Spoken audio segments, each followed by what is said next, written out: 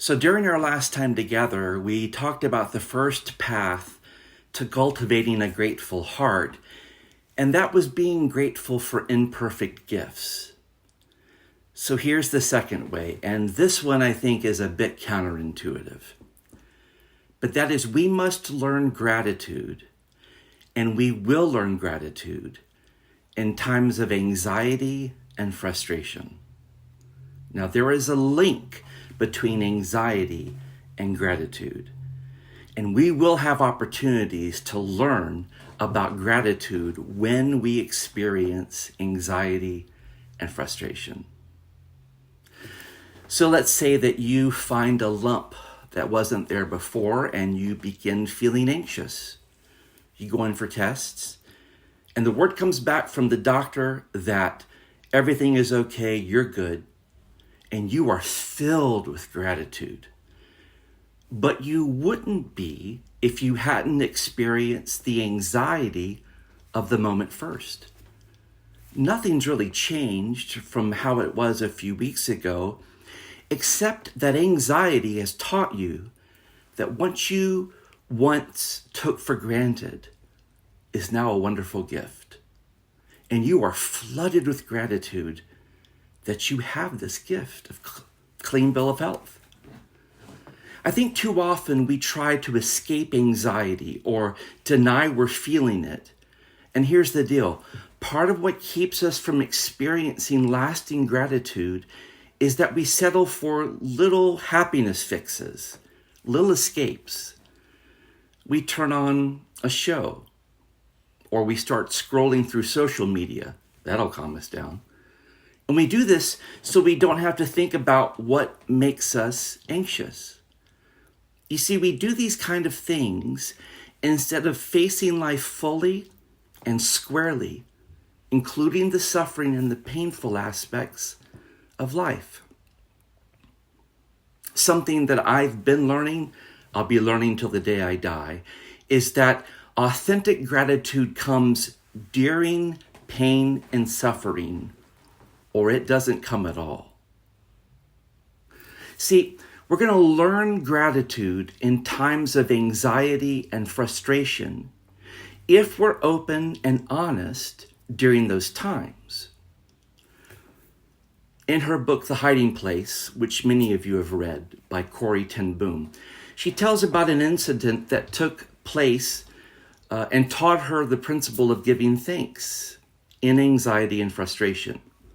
The setting is during World War II, Corrie and her sister Betsy had been harboring Jewish people in their home, and they were eventually found, arrested, and imprisoned at Ravensbrück camp. So their barracks was extremely crowded, and it was infested with fleas. And one morning, Betsy and her sister are reading in their tattered Bible in 1 Thessalonians. And the Apostle Paul reminds us to rejoice in all things. So Betsy says to Corrie, we have to give thanks for this barracks and even for those fleas. And Corrie said, there's no way I'm going to be thankful to God for fleas. But Betsy was persuasive, and they ended up thanking God even for those fleas. During the months that followed, they found that their barracks was left relatively free from the guards. They found that they could do their Bible studies and talk openly, even pray in the barracks. And it was really their only place of refuge. And it was only several months later that they learned the reason the guards left them alone and didn't enter those barracks was because of those irritating fleas. The last thing most of us think about or want to do is give thanks to God when we begin to experience anxiety or frustration. From frustrating little things like being at a stoplight, turning onto a busy road, and it's a short light, and then the light turns green, you're a few cars back, and the car in front doesn't move. And other people, not you, other people are laying on their horns, and finally that car moves. Only a few cars behind them get through, and you're stuck. What do you do? Well, you realize when you look ahead, that person wasn't moving, the first person, because they were looking down, and you're pretty sure they were looking down at their phones. That's why they didn't see the light turn green. Okay, so here's an opportunity to say something like, Lord, thank you for this opportunity to be patient. I mean, who knows? Maybe this person was reading something very important to them. Maybe it was a text coming from a loved one. Even if they shouldn't be reading their phones when they're waiting for a short light to turn green, but that being said. Frustrating little things like that to bigger things. Times when most everyone would feel anxiety. And this is a big deal for us in these days. I'm preaching to the choir. But I was reading an article not long ago that said our levels of anxiety have increased dramatically over the last 50 years.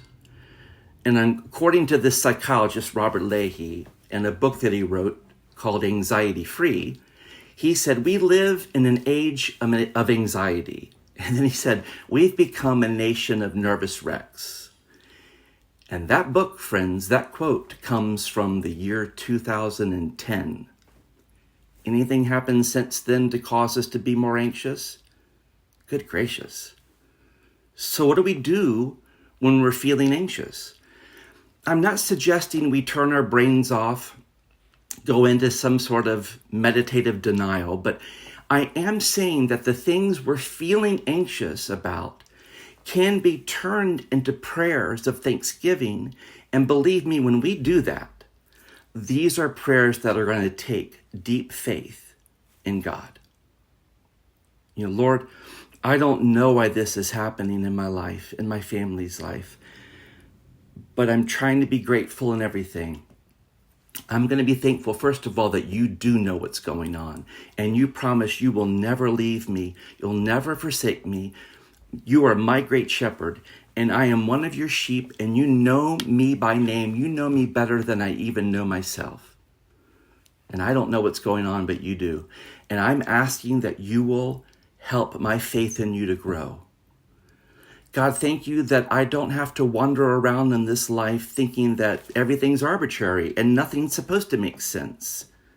That even as crazy and as out of sort as things are, in the midst of all this seeming chaos, you are still in control. So I'm asking, God, that you would help me to trust you. Thank you that you are my God and that you are the God. Let's live lives of thanksgiving, even in the midst of anxiety and frustration. See you next time.